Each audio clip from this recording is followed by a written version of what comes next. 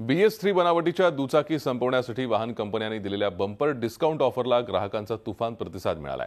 त्याचा परिणाम म्हणून पुण्यातील सर्व शोरूममधील BS3 दुचाकी गाड्यांचा स्टॉक अवघ्या एका दिवसात संपलाय। त्यामुळे आज गाडी खरेदीसाठी गर्दी केलेल्या ग्राहकांच्या पदरी मोठी निराशा आली आहे।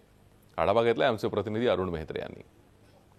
टू व्हीलरच्या शोरूम मध्ये एवढी मोठी गर्दी पहिल्यांदाच बघायला मिळते। अनेक लोक जे आहेत म्हणजे इथे गाडी खरेदी करण्याच्या उद्देशाने येतात, मात्र त्यांना परत जावं लागतंय। त्याचं कारण असं आहे की BS3 म्हणजे काल गेल्या 2 दिवसात चर्चेत आलेला हा शब्द आहे। BS3 प्रकारच्या मॉडेलच्या गाड्या ज्या आहेत त्यांची नोंदणी उद्यापासून म्हणजे 1 एप्रिलपासून बंद होणार आहे आणि आजचा शेवटचा दिवस होता आणि या पार्श्वभूमीवरती गाड्या संपवण्यासाठी म्हणून अनेक ऑफर्स या शोरूमवाल्यांनी दुकान चालकांनी दिल्या होत्या। पण झालं असं की गाड्या सगळ्या संपलेल्या आहेत, त्यामुळे लोकांना इथनं परत जावं लागतं। आपल्यासोबत काही लोक आहेत, मला सांगा काय ऑफर होती आणि आता काय स्थिती आहे इथे शोरूममध्ये?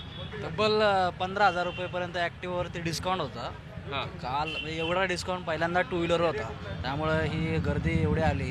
पण इथं आल्यानंतर लक्षात आलं की एकही गाडी अवेलेबल नाही आहे। पुण्यातली इतर ठिकाणची काय स्थिती आहे माहिती आहे तुम्हाला? नाही, कुठंच नाही ॲक्टिव्हा। 5-6 शोरूम बघून आम्ही 5-6 शोरूम मध्ये जाऊन आलं, कुठंच नाही। शोरूम झालं कुठल्याही शोरूम मध्ये एकही गाडी तुम्ही सगळे कागदपत्र घेऊन सगळे कागदपत्र घेऊन मी तयारीत आलो होतो, पण एकही गाडी अवेलेबल नाही। आता निराश होऊन मला परत घरी जावं लागतोय। तर मला हे असं समजायचं माझा बॅड लक आहे।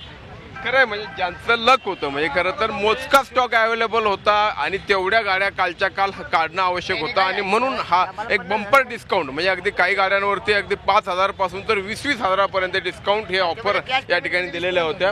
लोक कॅश पेमेंट देखील घेऊन आलेले होते सगळं, पण हे सगळं जे आहे ते आता बाजूला राहिलेलं आहे। अनेकांना इथून निराश होऊन परत जावं लागतंय।